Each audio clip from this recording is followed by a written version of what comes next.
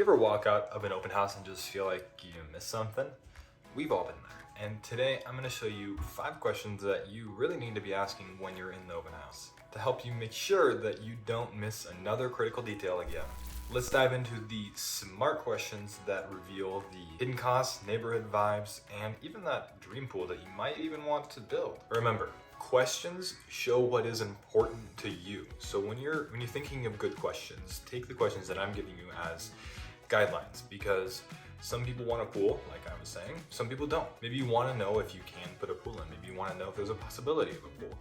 And maybe it's not even possible in the HOA. So ask the questions that are critical to you up front. The first question that I would always ask is, ask the agent what they believe is unique and like about the home. For example, we have a listing and the home is gorgeous. It's a single level mid-century modern brick rambler with 4 beds, 3.5 baths, and all single level in the north end. You don't really get a lot of single level in the north end for that amount of square feet. It's really unique. And if I greet you normally, if I give you the details on the home and don't say anything unique about the home, when you're there and you walk through the home and you say, there are 2 gas fireplaces, interesting, okay. There's a kitchen, there's a wet bar area, okay, interesting. There's a front and back patio, interesting.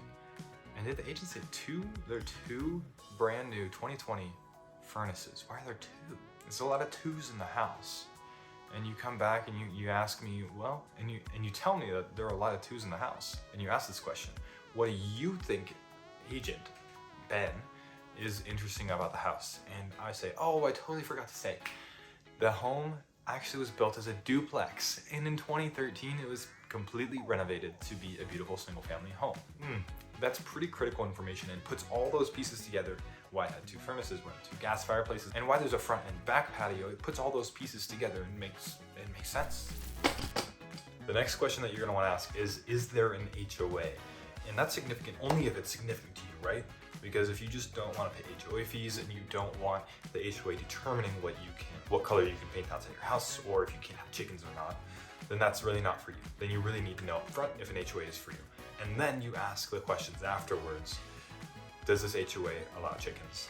For example, in the Harris Ranch HOA, we have a listing on 3676 Park Center, and no, you can't have chickens. And yes, you need to submit paperwork to make sure that you can paint outside your house the color that you want. And yes, you get to pay HOA fees, but you also get road maintenance, you get access to a community pool and community center.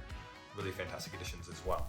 Side note, 3676 Park Center is still for sale, and those HOA fees in Harris Ranch are pretty good for the amount of access that you get. I would ask this question, is there an HOA, if you like HOAs and if you don't? Because either one's gonna give you information about what questions you can ask moving forward, or if the home is just straight up not for you. Now, this next question tells a lot about what's important to me, because if you haven't noticed, I do have chickens. So what I wanna know is, can I have chickens? If there's an HOA, I'm gonna assume that I can't have chickens, but maybe I can. And I wanna know that. I wanna know if I can have chickens. But maybe I can, and I want to know if I can have chickens or not. In Boise, just so you know, the max chicken count is 6. I'm not saying that I know people who have more than 6 chickens. I'm not saying I don't. I'll leave that where it is. Now, just about every video, article, blog mentions why are the sellers moving as a fantastic #1 question to ask. And I'm gonna say it only has variable significance. It shouldn't be the first question that you ask because it doesn't impact if you wanna buy the home or not. It's gonna impact your offer, sure, but it's not gonna impact if you want the home or you don't want the home, which is the most significant part of buying a house. Do you want the home or do you not want the home? Think about the common answers when you ask that question. It could be job relocation, could be needing more space. It could be changing lifestyle, school district, or any number of other reasons. And a lot of those still have different variable timelines. Job relocation, it depends. Sometimes people want to move as soon as possible, and sometimes people have enough money to move out and relocate. School district might make more sense. You could have 2 separate parents that one parent wants to move into the school district that they love to get into their kid into the school they love in the next school season. And then another parent, another planning parent, they're about to have a kid and they want to get into the school district that they love, within the next couple of years. 2 completely different mindsets, 2 completely different people, and it depends. So this question has variable significance. Why are the sellers moving? Has variable significance. It should not be your number one question. And the final question that I would ask is, what renovations have been done and when? In this question, you know what's new, what needs to be redone, what needs updating, and what you can have confidence in. Like when I was talking about 1219 19th Street, the brand new 2020 furnaces.